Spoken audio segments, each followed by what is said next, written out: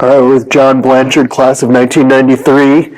John, one of the quarterbacks in Jefferson history. Why did you want to be a quarterback? It's one of the most important positions in all of sports, and obviously in the game of football.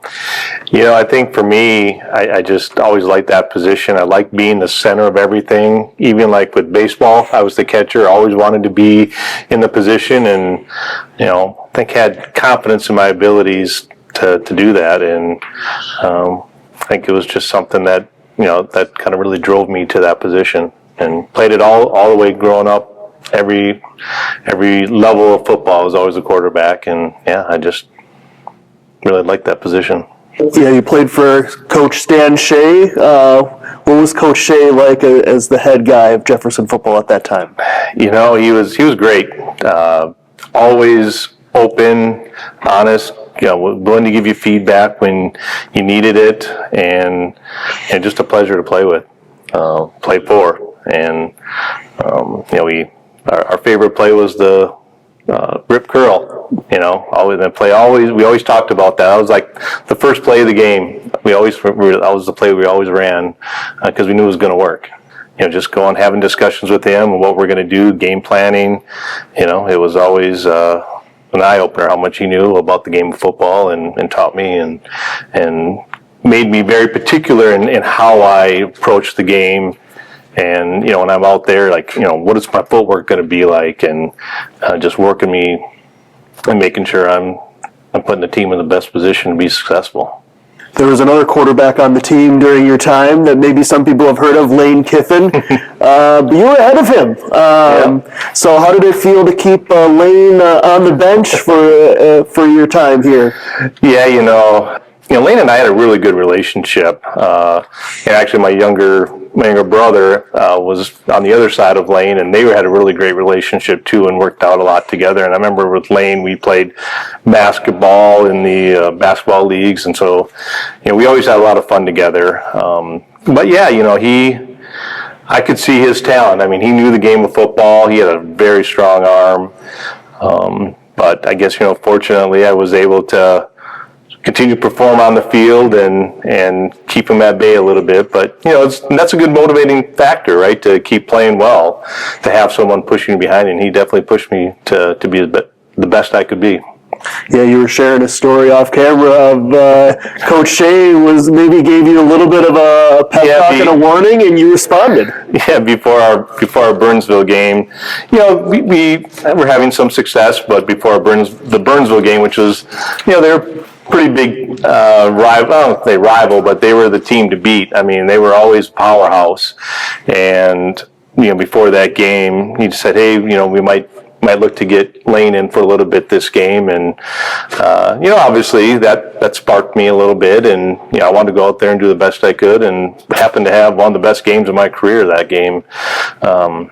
So that was, other than I was also the punter, and the memory that my buddies always give me a hard time about was at the end of the game, we were winning, and we had to fork down, we had to punt, and unfortunately I put one off to the side 9 yards, and ended up they went down and kicked a field goal to win that game. But in terms of hey, I think we showed as a team that we can play with those guys, and I think overall had a pretty good year with it.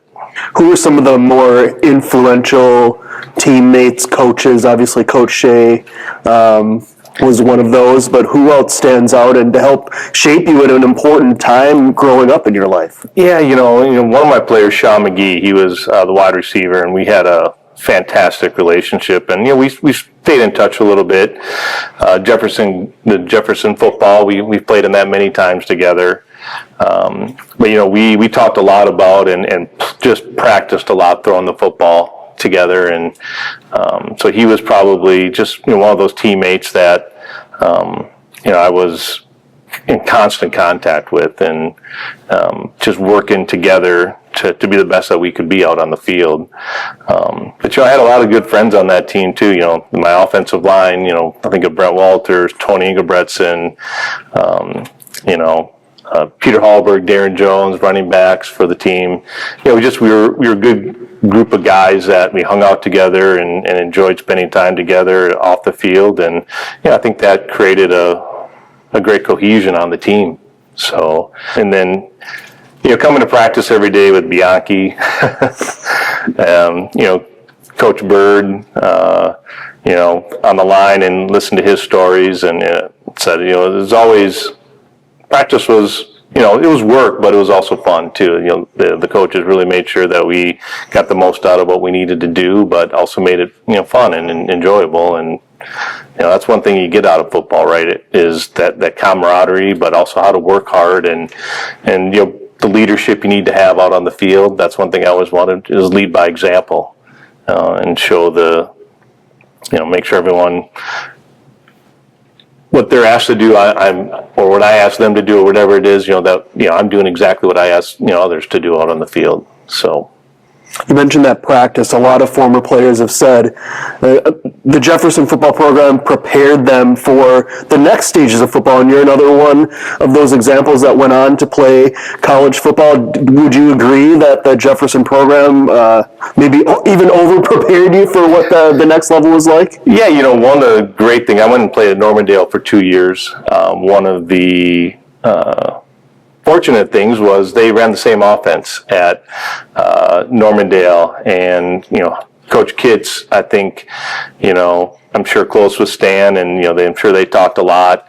One of the things that Harry saw was I was able to throw the football, and we really, even in college, we threw the ball a lot more, even a lot more spread offense, and utilized those attributes. And I had. If it wasn't for Jefferson and showing and getting the sense that, hey, I can do this, that carried over to Normandale, and I was able to. We won a state title there at Normandale my second year playing quarterback, so that was real fun. How close are you with some of your former teammates still to this day, some 30 years later? Yeah, you can believe it's that long. Yeah, no, it's tough, right, when you have family, kids, and you move a little bit farther away. I want to say, I always make a point. There's about 5 or 6 of us that come back. We play the Jefferson Football Classic, and so that's probably my biggest time I get to see some of the guys again. I would say I'm not super close with a lot of them. We don't see each other outside of that. But every once in a while we, text and chat back and forth. But for the most part, that's probably the biggest thing that probably, but when you meet up with them, even in those situations, it just feels like old times. You leave off right where you did the previous year, and you catch up pretty quickly, it seems like.